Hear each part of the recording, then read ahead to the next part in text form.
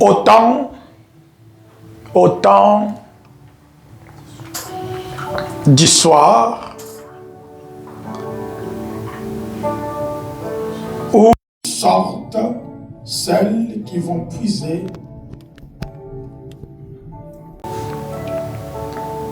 de l'eau. Verset 12, il dit, Éternel, Dieu de mon Seigneur Abraham, fais-moi, je te prie, raconter aujourd'hui ce que j'ai désir et use de bonté envers mon Seigneur Abraham. Voici, je me tiens près de la source d'eau et les filles de gens de la ville vont sortir pour puiser de l'eau. Que la jeune fille à laquelle je dirai, penche ta cruche, je te prie pour que je boive, et qui répondra, bois, et je donnerai aussi à boire à tes chameaux, soit celle que tu as destinée à ton serviteur Isaac. Et par là, je reconnaîtrai que tu uses de bonté envers mon Seigneur. Il n'avait pas encore fini de parler que sortit sa cruche sur l'épaule, Rebecca, née de Bethuel, fils de Milca, femme de Nachor, frère d'Abraham. C'était une jeune fille très belle de figure. Elle était vierge et aucun homme ne l'avait connue. Elle descendit à la source, remplit sa cruche et remonta. Le serviteur courut au-devant d'elle et dit, laisse-moi boire, je te prie, un peu d'eau de ta cruche. Elle répondit, bois, mon Seigneur. Et elle, s'empressant d'abaisser sa cruche sur sa main et de lui donner à boire. Quand elle eut achevé de lui donner à boire, elle dit, je puiserai aussi pour tes chameaux jusqu'à ce qu'ils aient assez bu. Et elle, s'empressant de vider sa cruche dans la beauvoir, et courut encore au puits pour puiser, et elle puisa pour tous les chameaux. L'homme la regardait avec étonnement et sans rien dire pour voir si l'Éternel faisait réussir son voyage. Parole du Seigneur. Amen. La Bible dit, l'homme l'a regardé avec étonnement et sans rien dire pour voir si l'Éternel faisait réussir quoi? Son voyage. Alléluia. J'aimerais lire un verset, toujours dans le même texte.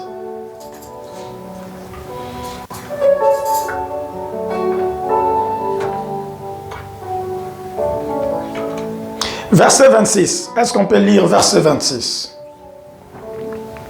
Verset 26, il est dit, il leur répondit, ne me retardez pas, puisque l'Éternel a fait réussir quoi? Mon voyage. Laissez-moi partir et que j'aille vers mon Seigneur. Parole du Seigneur. Ça, c'est le serviteur d'Abraham qui dit, ne me retardez pas, puisque l'Éternel a fait réussir mon voyage. Je ne sais pas dans quel voyage tu es, mais ma prière est que l'Éternel te fasse réussir dans ce voyage-là. Je commence par déclarer sur ta vie en disant dans le voyage que tu es, le voyage de la vision que tu as, le Seigneur te fasse réussir au nom puissant de Jésus. Oh, là où les gens désirent ton échec, là où les gens se réunissent cherchant ton échec, je déclare au nom de Jésus que leur complot retourne contre eux-mêmes.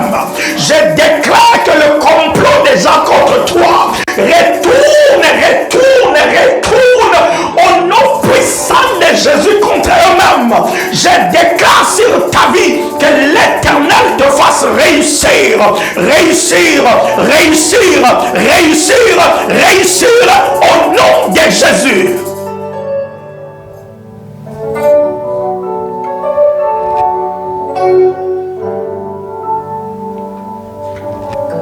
Bien-aimés, cette année, le Seigneur nous a mis à cœur, comme vous le savez, de baptiser cette année comme année de réussite avec succès. Année de réussite. Bien-aimés, lorsque nous parlons de la réussite, à titre de rappel, le monde a sa définition de la réussite. Dieu aussi a sa vision de la réussite, a sa définition de la réussite. Et lorsque nous parlons de la réussite dans cette église, c'est dans la perspective de l'Éternel, pas dans la perspective du monde.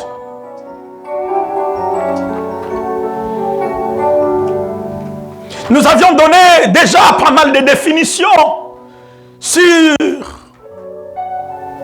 la réussite ou concernant la réussite. Nous avions évolué en disant que cette réussite-là, la manière que nous l'avions définie, ne se manifeste pas par hasard, ne se manifeste pas par souhait seulement. Parce que tu souhaites réussir, ainsi tu réussis, non. C'est une bonne chose de souhaiter la réussite. C'est de souhaiter à réussir. C'est une très bonne chose de penser à la réussite. Parce que Dieu t'a créé pour réussir. Le plaisir de Dieu, la joie de Dieu, c'est de te voir réussir. Dieu t'a créé comme un être pour réussir. Tout créateur crée pour que sa création réussisse. Aucun créateur, aucun inventeur, lorsqu'il crée, lorsqu'il invente quelque chose, c'est pour que ça ne fonctionne pas. C'est pour que ça n'atteigne pas le but. Non. Le créateur, l'inventeur, crée pour que sa création fasse quoi? Réussisse. Tu es la création de Dieu. Dieu t'a créé pour réussir. La réussite est dans le cœur de la création de Dieu. Alléluia. Et cette réussite-là ne se manifeste pas parce que la réussite est en toi. Ça, on est déjà d'accord sur ça. Je vous avais dit que la réussite est en nous. Dieu nous a créés avec la réussite. On ne vient pas raconter la réussite sur la terre. On vient manifester la réussite sur la terre. Mais lorsque nous entrons sur la terre, nous entrons avec la réussite. Parce que la réussite est en toi. La réussite est en toi. Mais tu la manifestes. Mais pour manifester cette réussite-là, il faut se conformer au principe. Parce que la réussite s'accompagne avec deux principes. Lorsque tu ne connais pas le principe de la réussite, et même si tu connaissais ce principe, et que tu n'obéis pas, tu ne te conformais pas à ce principe-là, la réussite ne se manifestera pas. Il faut marcher, il faut connaître le principe de la réussite. Par la suite, appliquez cela. Ainsi, vous allez réussir. Alléluia. Alléluia. L'application de principe est semblable à quelqu'un qui appuie sur l'interrupteur d'une lumière. Est-ce que quelqu'un me suit? La lumière est là, mais elle est éteinte. Il faut, pour que ça s'allume, il faut faire quoi? Il faut appuyer l'interrupteur. Lorsque tu appuies l'interrupteur, ainsi la lumière s'allume. Mais lorsque la lumière ou la allumé et que toi tu n'as pas appuyé sur l'interrupteur, est-ce qu'on va dire qu'il n'y a pas d'électricité ici? Est-ce que quelqu'un me suit? Le fait que la lumière n'est pas allumée veut dire qu'il n'y a pas d'électricité? Non! L'électricité est là. Mais il te faut appuyer l'interrupteur pour que l'électricité se manifeste sous forme de la lumière à travers la lampe. C'est-à-dire en toi, la réussite est semblable à la lumière, ou la manifestation de la réussite est semblable à la lumière. L'application des principes est semblable à celui qui appuie sur l'interrupteur. C'est en appuyant sur l'interrupteur. My God, my God, my God. C'est en appliquant le principe qui se traduit à quelqu'un qui appuie sur l'interrupteur. Ainsi, de manière automatique, la réussite se manifeste. Et j'ai déjà commencé ce voyage-là de partager avec vous ces principes, ces quelques principes. Je vous avais donné le premier principe. Connaître pourquoi nous sommes sur la terre. Ça, c'était le premier principe. Pourquoi nous sommes sur la terre? Pourquoi tu es sur la terre? J'avais donné le deuxième principe. J'avais donné aussi le troisième principe que nous avions vu le dimanche passé. Le principe de se fortifier. J'avais expliqué ça là. Je ne reviens pas là-dessus. Aujourd'hui, j'aimerais partager avec vous un autre principe. Ce principe, nous l'appliquons déjà, ici et là, sans savoir que c'est un principe aussi de la réussite. C'est aussi un principe de la réussite. Et c'est quoi ce principe-là? Ce principe-là n'est rien d'autre que la prière. Alléluia. Ce principe n'est rien d'autre que la prière. Il y a beaucoup de principes de la réussite. Il y en a beaucoup. Le principe que je vous ai donné le dimanche passé et le principe que je vous donne aujourd'hui n'étaient pas des principes. Le premier principe que je devrais partager avec vous concernant la réussite. Est-ce que quelqu'un me suit? C'était des principes que je prévoyais pour plus tard. Mais lorsque nous marchons à l'écoute du Seigneur, on fait ce qu'il nous dit de faire. Est-ce que quelqu'un m'entend? On fait ce qu'il nous dit de faire. Il y a des principes puissants de la réussite. Je partagerai avec vous. Ne vous en faites pas. Ne vous dites pas, mais ces choses on connaît déjà. Oui. On dit toujours que la répétition est la mère de science. Alléluia. À la lumière de la parole de Dieu, la prière fait partie du principe de la réussite. Je ne suis jamais d'accord avec ceux qui disent la prière ne te fera pas réussir. C'est faux. Parce qu'elle fait partie des principes de la réussite. Pour preuve, j'ai donné un témoignage le vendredi, on était ici. Permettez-moi de répéter ce témoignage-là. J'ai un grand frère à moi, il est pasteur aux États-Unis. Ça fait 13 ans qu'il est aux États-Unis, 13 ans. Il n'avait pas de documents. 13 ans. Il n'avait pas la résidence. 13 ans. Il souffrait comme ça. On a commencé à souffrir avec lui à l'époque en 2013. En 2013, 2014, on a fait comme ça avec lui. Et puis, moi je me suis déplacé, je suis allé ailleurs. Il est resté. Il est resté. Et il galérait tellement. Jusqu'à ce qu'à la dernière minute, l'immigration américaine décide de compliquer son dossier jusqu'au point où on voulait même le rapatrier au pays. Alléluia. Et il était abattu. Abattu.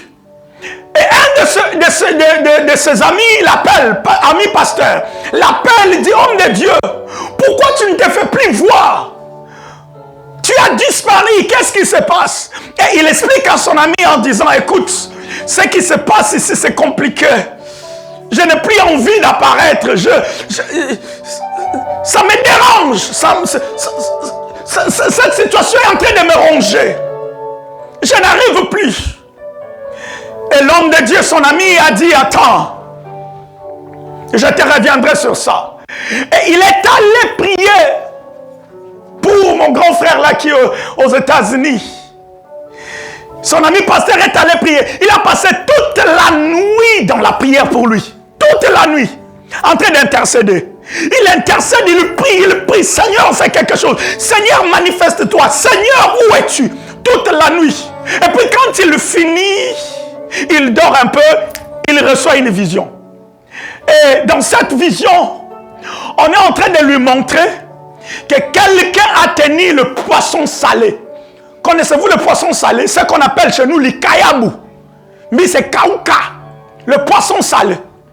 Quelqu'un tenir ça. Et celui qui tenait ce poisson pose la question à ce pasteur-là. Ça c'est quoi? Il dit, c'est le poisson. Il dit, non, regarde bien. Il dit, non, je vois, c'est le poisson salé. Il dit, c'est bien beau, tu as bien vu. Et le poisson salé, est-ce que c'est moi qui l'ai créé ou c'est vous, les humains, qui avez créé? Il dit, Seigneur, mais c'est toi, non? Il dit, non.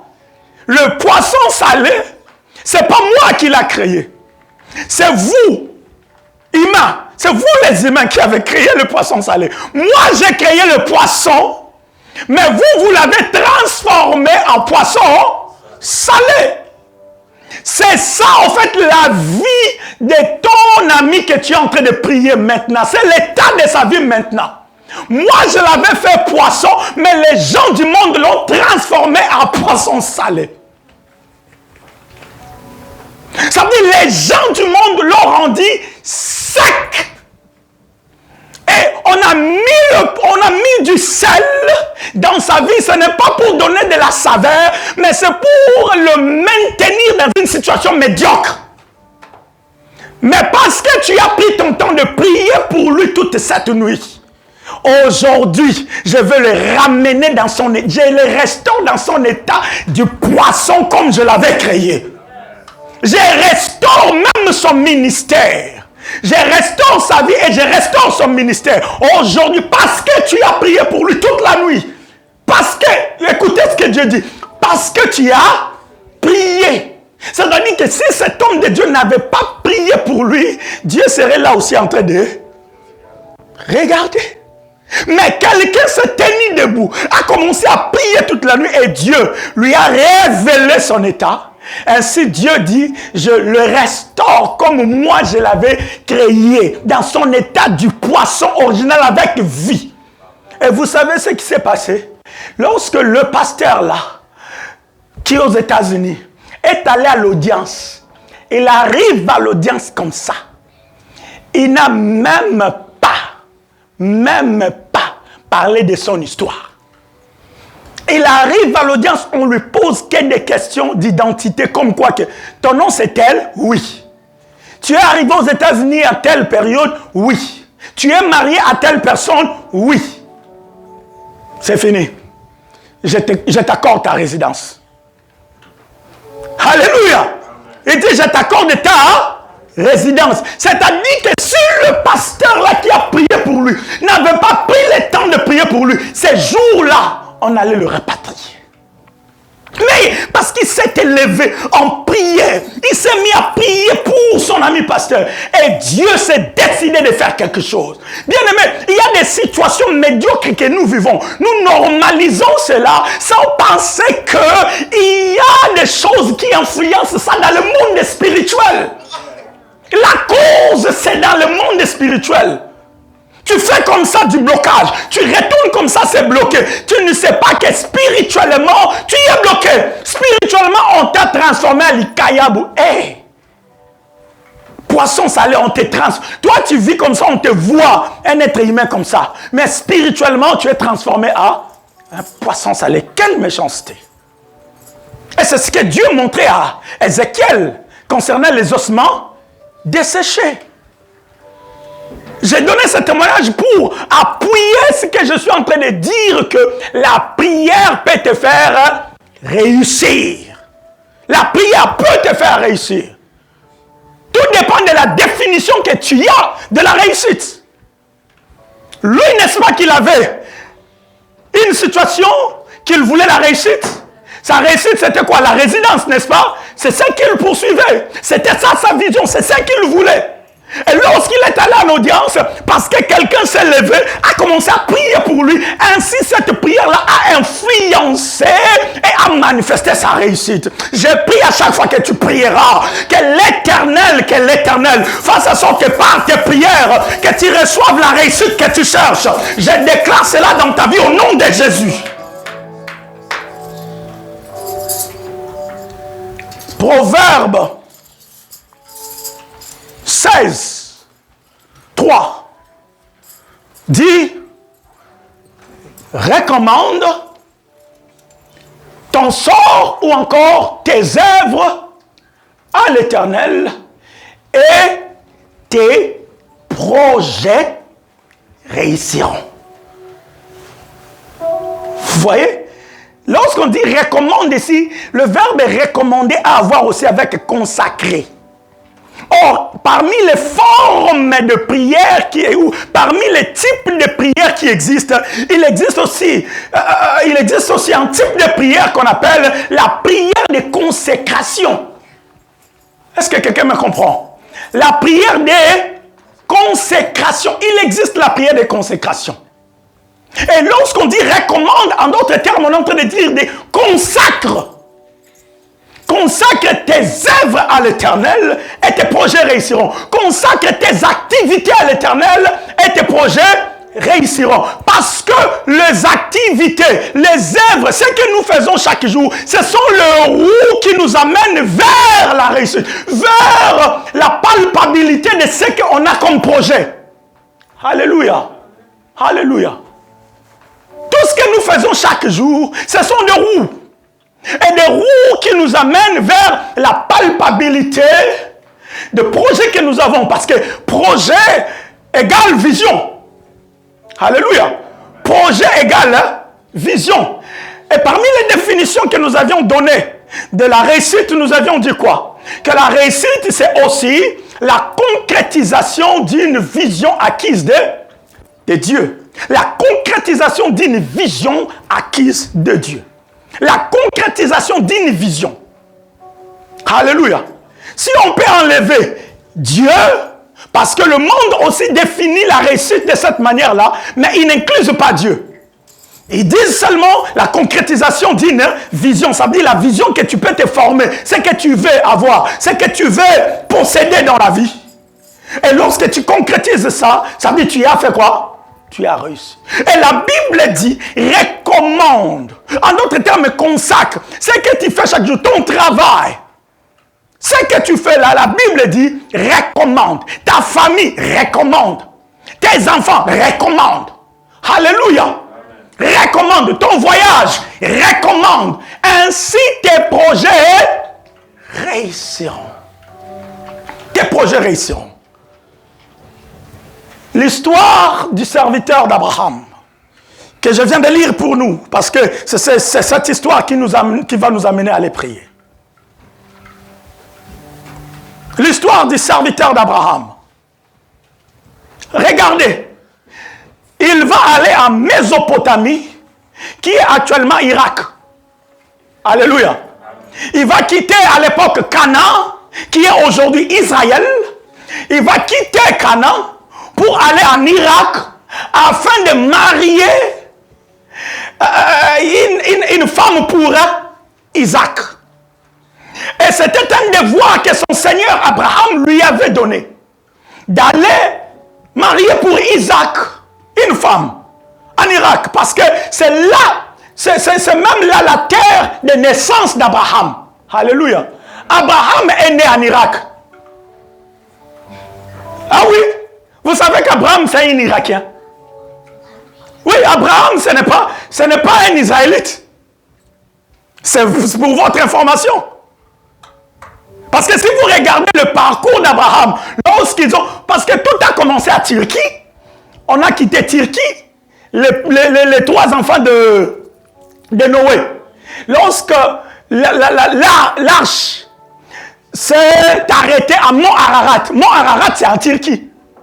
Et là-bas, ils vont se déplacer pour aller en Irak. Alléluia. Ils vont aller en Irak.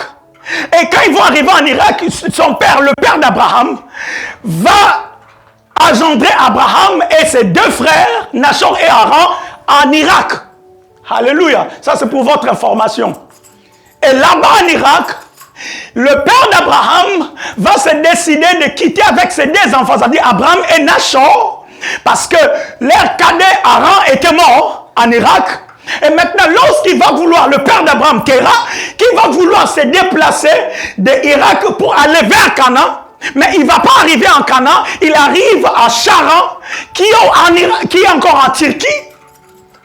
Il arrive en Turquie, à Charan, il s'arrête là. Il ne continue pas son voyage. Et c'est à Charan, à Turquie, que Dieu a appelé Abraham. Alléluia. C'est une histoire, c'est une parenthèse, mais qui est très importante. Alléluia. Et c'est à Charan, en Turquie, que Dieu a appelé Abraham. Et lorsque Dieu appelle Abraham, Abraham va quitter Turquie, maintenant continuer le parcours que son père voulait faire. Aller en Canaan. Ça veut dire en Canaan, il était étranger en Canaan. Lorsqu'il arrive là, et c'est là que, quand il va mettre au monde Isaac, il n'a pas voulu que Isaac puisse se marier avec les Cananéens, et ainsi il va maintenant demander à son serviteur de retourner en Irak, sa terre de naissance où il y avait son frère Nachor. Est-ce qu'on me suit? C'est ça l'histoire. Il va retourner pour aller maintenant marier Rebecca pour son fils Isaac. Et c'est là qu'il va assigner son serviteur pour aller. Maintenant, son serviteur en allant, qu'il arrive près de la ville, et là, c'était un devoir. Il voulait à tout prix faire quoi? Réussir. Vous comprenez? Sa vision, c'était quoi? Marier une femme pour Isaac. C'était ça la vision, vous comprenez? Et quand il arrive, il va maintenant prier pour ça. Est-ce que tu pries pour ta vision, mon frère, ma soeur? Est-ce que tu prends le temps de t'engager à prier pour la vision que tu as, ce que tu veux accomplir? Oh bien-aimé, ne fais pas de... Tu veux construire, tu veux te construire au pays chez toi. Tu te réveilles seulement le matin, tu cherches un cousin, un frère. Bon, on va commencer le programme. As-tu pris le temps de prier? C'est comme ça que beaucoup se sont fait bouffer de l'argent au pays parce qu'ils n'ont pas eu le temps de consulter Dieu avant de s'engager à faire quelque chose. Alléluia. Alléluia. Ne sois jamais pressé. Quand tu as une vision, ne sois jamais pressé de se mettre en action sans pour autant prendre le temps de consacrer cela à Dieu. C'est ce que le serviteur d'Abraham a fait. Il arrive, il avait la vision. Mais il savait que sans la prière qu'il a appris de son serviteur Abraham, sans faire appel au Dieu rémunérateur, qui est le Dieu de son Seigneur Abraham, il n'allait pas réussir. Qu'est-ce qu'il fait? Il se met à prier. On est en train de parler un des principes de la réussite, qui est la prière. Un des principes de la réussite. Il va se mettre à prier. Il présente son désir. Il présente sa vision à Dieu. Il prie. Quand il finit, il commence à attendre pour voir. Pour voir. Ça veut dire qu'il savait que je viens de parler à celui qui s'appelle le rémunérateur. Je viens de présenter ma requête à celui qui s'appelle le rémunérateur de ce qu'il est. le cherche. Il savait que c'est ça sa nature. Lorsqu'on lui présente la prière, sa nature est d'agir. Donc j'attends maintenant la rémunération. Vous savez c'était quoi la rémunération de Dieu pour sa prière? C'était Rebecca. Alléluia. En fait, depuis que je comprends le texte de Hébreux chapitre 11 verset 6 du rémunérateur, je comprends que tu sais que tout ce que tu pries, tout ce que tu cherches dans la prière existe déjà. Alléluia. Ce que tu pries là existe déjà. La chose pour laquelle tu pries là, ça existe déjà. Alors que les serviteurs d'Abraham priaient pour une femme, ils ne savaient pas que Rebecca était déjà là. Alors que les enfants d'Israël priaient pour la libération, ils ne savaient pas que Moïse était déjà là. Alors que Anne priait pour avoir un enfant, ils ne savaient pas que Samuel était déjà chez Elimelech, son mari. Ils ne savaient pas que Samuel était déjà là. Bien aimé, toute chose pour laquelle tu pries existe déjà. Mais quand tu pries avec quelle vision dans ton esprit? Quelle est la vision de Dieu que tu as quand tu pries? Quelle est la vision de Dieu? Bien aimé, comprends aujourd'hui que Dieu est le rémunérateur. Quand tu pries, sache-le bien que tu ne parles pas à n'importe qui. Tu parles à celui qui rémunère aux prières. Tôt ou tard, il va rémunérer ça. Le problème, c'est que nous ne prions pas avec cette mentalité-là. Il a prié et il attendait. Après avoir prié, sa rémunération, boum, marche. Sa rémunération avait de pieds. Sa rémunération avait de pieds. Sa rémunération avait de mains. Sa rémunération avait la tête. Sa rémunération avait des yeux. Oh, je prie que ta rémunération soit un homme. Que ce soit une personne qui va t'introduire là où tu veux entrer. Que ta rémunération soit une personne que tu veux dans ta vie. Une personne de bien. Une personne de bien. Une personne de bien. Une personne de bien. Puisque si ta rémunération n'est pas une personne de bien, tu vas être exposé comme qui? La mère de Jésus s'appelait qui? Marie. Comme Marie allait être exposée. Si Joseph n'était pas un homme de bien, hein? La grossesse qui n'a pas un père de la terre, tu te retrouves enceinte, mais dont le papa n'est pas connu. Joseph a dit, ça c'est quoi? C'est quelle histoire ça?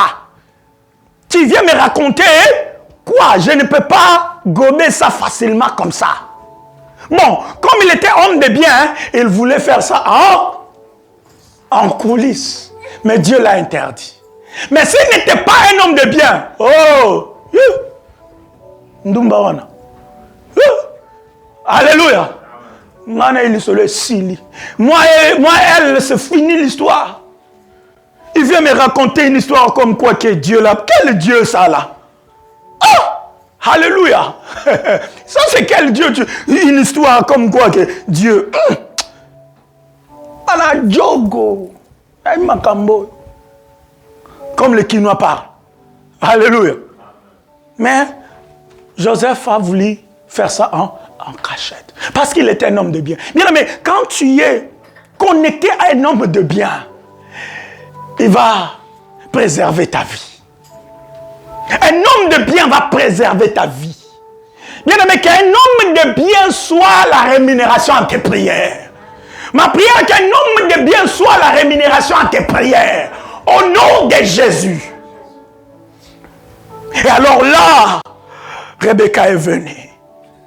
Et la fin de l'histoire, c'est que c'est Rebecca qui était là, réussite de ce qu'elle cherchait. Mais qu'est-ce qui a amené la manifestation de cette réussite? Parce que Rebecca est la manifestation de sa réussite, n'est-ce pas? Parce que quand il priait, Rebecca n'était pas là. Mais cela ne voulait pas dire que Rebecca n'existait pas. Alléluia. Souvenez-vous, la réussite est en toi. Le fait que tu ne vois pas ça, est-ce que ça veut dire que ça n'existe pas? Non. Alléluia. Ces enfants ici étaient à moi. Mais le fait qu'ils n'étaient pas encore manifestés, cela ne voulait pas dire qu'ils n'existaient pas. Ils existaient déjà, mais en moi. Mais lorsque le moment est arrivé pour qu'ils se manifestent, ils ont été manifestés. Rebecca existait, était là. Mais il a fallu qu'il prie pour activer le mouvement de Rebecca. Sa prière, pourquoi Rebecca devait seulement venir à ce moment-là? Pourquoi seulement à ce moment-là? C'est parce que la prière l'a attiré. Oh. C'est quelque chose qui l'a fait tenir debout. Elle-même, elle ne comprenait pas, mais elle a juste senti que non, je dois aller puiser d'eau. Est-ce qu'on t'a envoyé? Non. Je sens seulement ce qu'on appelle la sensibilité spirituelle. Je sens seulement, je vais aller. Et elle arrive là. Elle ne savait pas quelle était la rémunération à une prière. Alléluia.